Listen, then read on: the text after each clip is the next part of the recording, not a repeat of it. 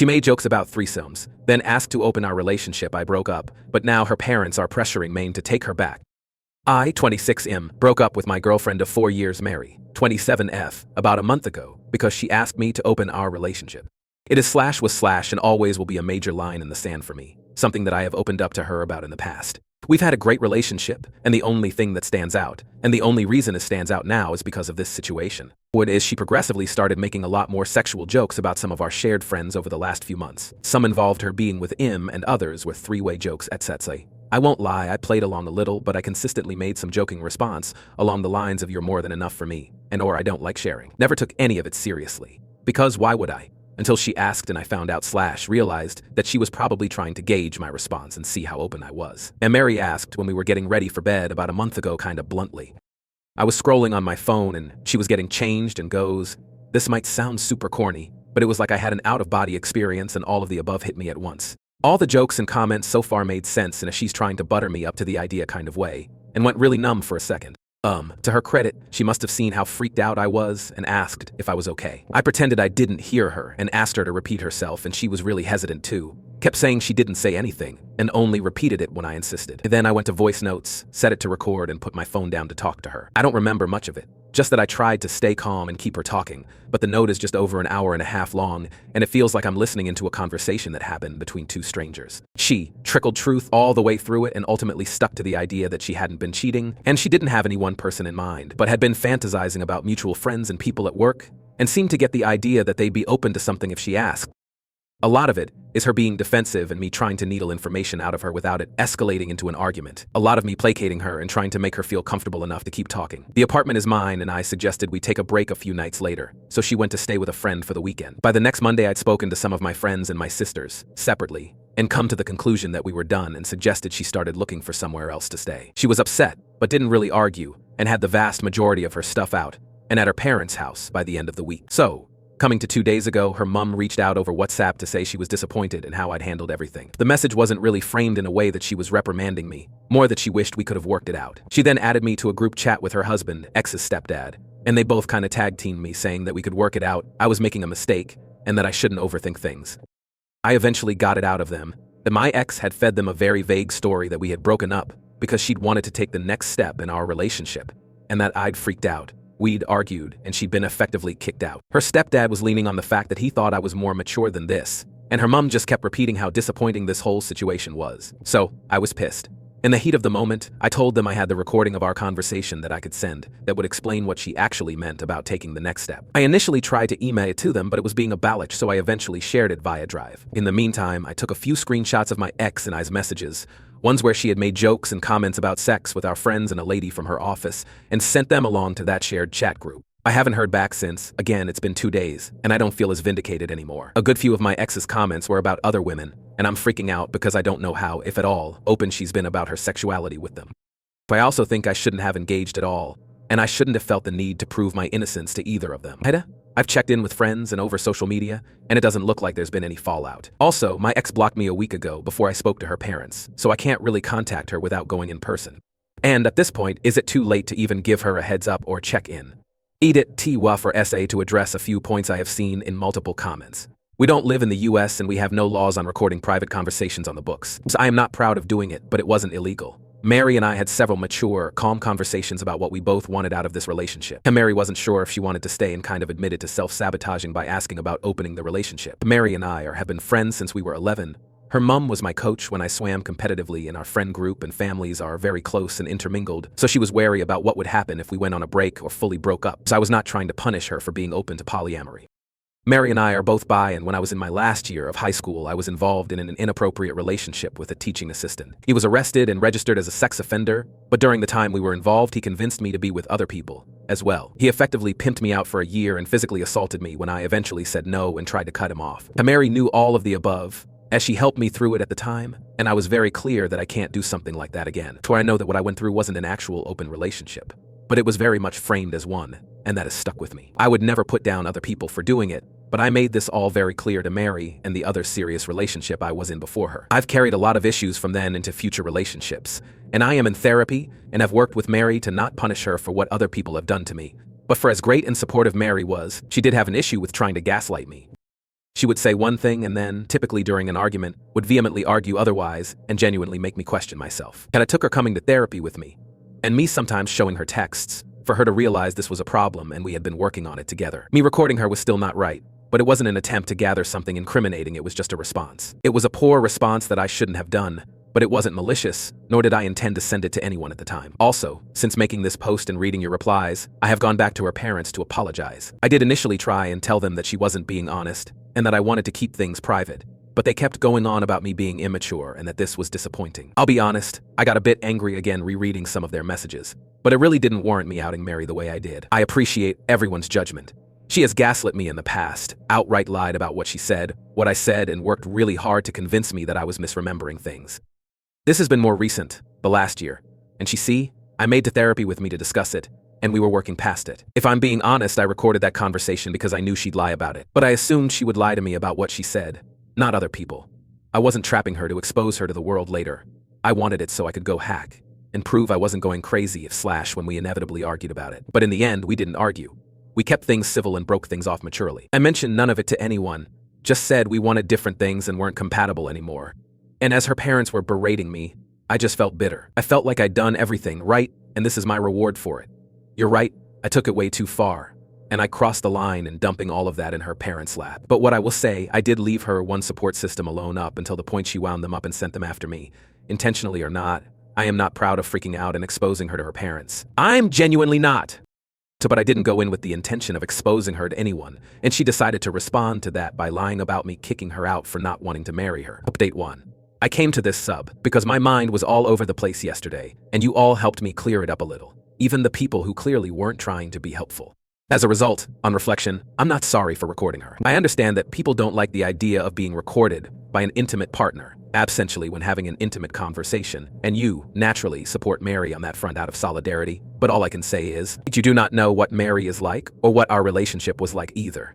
That's one incident of many. She once told me I was flirting for holding the door open for a group, because there were girls you were clearly trying to impress with them, and went on such a long tirade about my male chivalry was just a selfish way to gain attention from women beyond her. I am not apologizing anymore for recording her. I wouldn't have had such a visceral need to defend myself if I wasn't with someone who helped hurting me. I made that recording because I knew she would lie, and she did.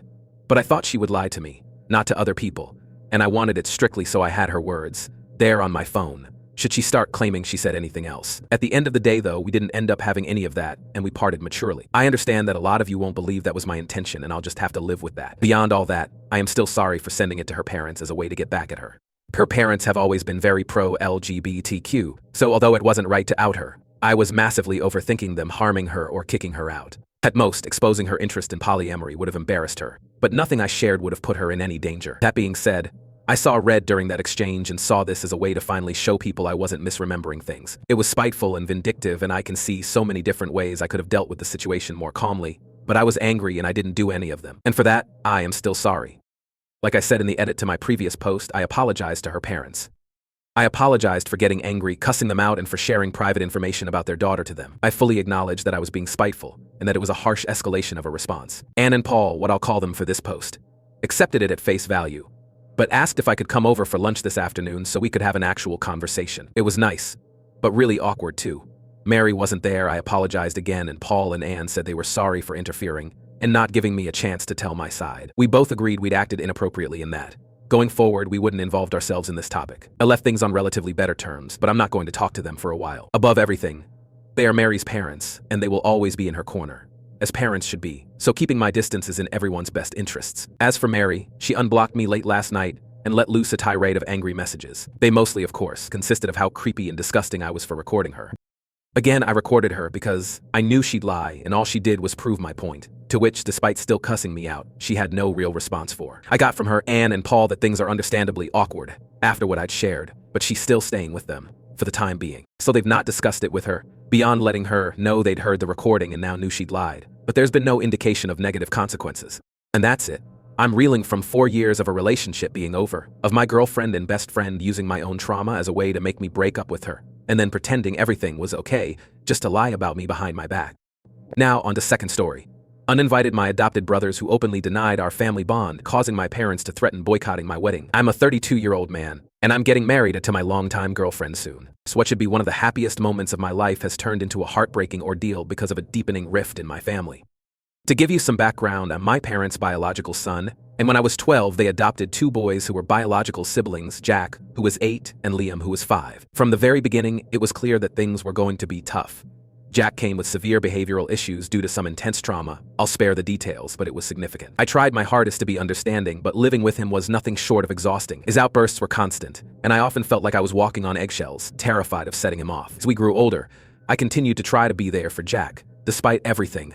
A few years ago, Jack fell into a devastating drug addiction. I stood by him through his darkest moments, supporting him through rehab, and doing everything I could to help him get back on his feet. It was draining and heartbreaking, but I did it because I loved him and believed that, despite our challenges, we were still brothers. Liam, on the other hand, was always easier to get along with, and I formed a closer bond with him. But even so, I always felt like an outsider. Jack and Liam's bond as biological siblings was undeniable, and I never quite felt like I was truly a part of it. It was like I was always on the edge, looking in, trying to be included but never fully accepted. The situation came to a head recently at a Sunday dinner at my parents' house.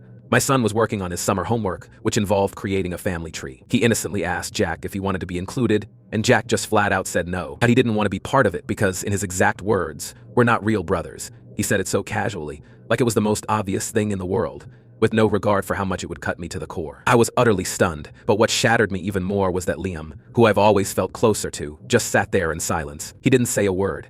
He didn't defend me or even acknowledge how hurtful Jack's words were. He just let it happen. I've tried so hard to be supportive of both of them, especially Jack, despite the endless challenges. So for Jack to say that, and for Liam to do nothing, felt like a gut punch. It was as if they were both telling me, in no uncertain terms, that I was never truly part of their family. In my pain and frustration, I decided to uninvite both Jack and Liam for my wedding. So my fiancé has been nothing but supportive of my decision, but my parents are furious. They've made it clear that if Jack and Liam aren't invited, they won't attend either. It feels like history is repeating itself, with my parents once again prioritizing Jack over me, no matter how much it hurts me. I'm absolutely heartbroken that my parents would choose to miss my wedding, rather than support me in this. I know Jack has been through a lot, but I've done everything I can to be there for him and for Liam. Despite all the and now, I feel like I'm the one being punished for finally standing up for myself and setting some boundaries. Ida for uninviting my brothers after they said they don't see me as family, even if it means my parents won't come to my wedding. Update 1 first off.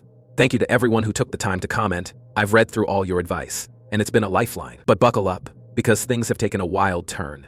After hearing from so many of you, I decided I needed to talk to Liam. So we met up at a pub, and I just laid it all out there. How hurt I was when he didn't say anything after Jack made that comment about not being real brothers. I was half expecting him to defend himself, but what I got was something entirely different. Liam confessed that he's been living in fear of Jack for years. He told me he kept quiet that night because he was terrified of setting Jack off, not because he agreed with him. Then he dropped a bombshell. Despite being Jack's biological brother, he's felt just as much of an outsider in our family as I have. The constant pressure from our parents to cater to Jack's every whim has worn him down too. Liam assured me that he's always seen me as his brother, and that he regrets not standing up for me sooner. But hearing that was a huge relief.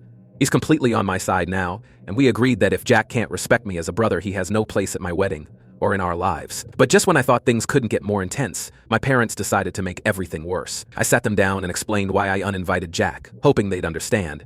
Instead, they threw down an ultimatum: if Jack isn't invited, they're not coming to my wedding. No room for discussion, no empathy, just flat-out refusal. I was gutted. After all these years of putting Jack's needs above mine, this is how they repay me. I couldn't hold back anymore. I let out all the anger and frustration I've been bottling up for years. I told them how I've always been the one sacrificing, how they've always prioritized Jack, and that I was done being treated like I don't matter. I made it clear that if they choose not to come to my wedding, they're making their choice, and I'll make mine. With that, I walked out, leaving them to stew in their own decisions. Out of nowhere, Jack started bombarding me with the nastiest, most hurtful texts I've ever received. He accused me of turning Liam against him, of ripping the family apart, and had the audacity to call me selfish for abandoning him. He ranted about how he never felt like he belonged in the family and how it's all my fault for pushing him away. His words hit hard, but they also opened my eyes. Jack has spent his whole life blaming everyone else for his problems, and I've been his favorite scapegoat. This time, though, I'm not letting him guilt trip me. I didn't even respond, I just blocked his number. If he can't see what he's done wrong, then there's nothing more to say. Liam was livid when I told him about Jack's messages. He's more determined than ever to support me, and we've decided to go low contact with our parents until after the wedding. Liam's been a rock through all this, helping me with the wedding plans and making sure I'm not dealing with this mess alone. So, the wedding is still happening, but with a much smaller guest list. My parents haven't reached out since our argument, and at this point, I don't care if they show up or no. This day is about me and my fiancé, and I'm not letting anyone, not even my own family, ruin it. Update 2. A lot has changed, and I'm grateful to say that things are moving in a much better direction. 2 days after the text argument with Jack, he reached out to me. I wasn't sure what to expect when he asked if we could meet up, and I was reluctant. But I agreed. When we sat down, the first thing he did was apologize. He told me how sorry he was for what he said to my son, and admitted that he didn't know why he said it. Jack seemed genuinely remorseful, and I could tell that he really meant it. It wasn't just another apology to smooth things over. This was different, and it felt sincere. After apologizing, Jack took a deep breath and confessed something that I probably should have seen coming. He told me that he had relapsed before the argument even happened. Hearing that hit me hard. It explained so much about his behavior in the weeks leading up to that moment. The irritability, the distance, the way he was withdrawing from everyone. And I realized that I had missed all the signs. I'm not proud to admit it, but I was so caught up in my frustrations with Jack's behaviors and my wedding that I didn't stop to think that something deeper might be going on. Jack's confession wasn't just about the relapse, it was about taking responsibility in a way he's never done before. He went on to tell me that after realizing the damage he'd caused, he had made the decision to check himself into treatment. This might sound like a typical step, but for Jack, it was monumental. In the past, Jack's only gone into treatment because he was either sectioned by social services and forced into it, or because my parents threatened to kick him out if he didn't get help. But this time he made the decision on his own. That was something he'd never done before, and it showed me that he was serious about to change. He told me that he is doing this because the prospects of losing me, his brother, was too much, and he couldn't handle it. He wants to take this seriously because he wants to show me he can do it. He told me he sees me as his family, and he feels so guilty for making me feel like I wasn't his family. Jack has also agreed to start taking medication to help calm his nerves, something he would never do before. It's now been about 5 to 6 days since Jack checked himself in for treatment, and I've been visiting him regularly. At first, I went alone because I wasn't sure how my son would feel about seeing Jack so soon after everything that happened. But after a few visits, I felt it was important for my son to see that Jack was making an effort to make things right. So I brought him along, and Jack took the opportunity to apologize to him directly. It was a really emotional moment for me as a parent. My son is still young and doesn't fully understand everything that's been going on, but he could see that Jack was sorry, and that seemed to make a difference to him. They even spent some time together, just talking and playing, and it felt like a big step forward for all of us. Throughout all of this, my brother Liam has been incredibly supportive. We've talked a lot about Jack, and it's clear that Liam wants to see him succeed just as much as I do. We both know how much Jack's trauma has affected him, and while it doesn't excuse his behavior, it does help us understand why he struggled so much. Having Liam by my side through all of this has made me feel a lot less alone. Reflecting on everything, I've come to realize that I need to take responsibility for my part and how things escalated. In the weeks leading up to the argument, Jack had been doing things that really got under my skin. Instead of addressing it calmly, I let my frustration build until I finally snapped. Looking back, I can see that his behaviors were likely tied to his relapse, and I should have seen that sooner. I feel guilty for not recognizing the signs and for reacting the way I did. But I'm trying to focus on what I can do to support Jack now that he's taking his recovery seriously. When I wrote my first 2 posts, I was in a place of deep frustration with Jack. And though nothing I said was incorrect or a lie, I definitely painted a picture of Jack's most negative moments without everything else. I want to remind everyone about Jack's trauma. Jack was a victim of severe abuse by his biological family, including extensive CSA. Liam also, but Jack's was a lot more intense. Jack jokes now that he was their biological father's favorite in all the wrong ways. Jack got into drugs at a pretty young age, but has been clean, or so I thought, for a while. I mentioned this before, but Jack has told me in the past that even now, almost 20 years after he was adopted by our parents, there is not a day where he doesn't think of nightmares about his abuse. He says the only moments of peace he gets is when he's high. Jack's trauma runs deep, and it's something that continues to affect him every day. I'm not making excuses for his actions, but I do think it's important to remember that he's dealing with a lot of pain. Despite everything, I still believe in Jack.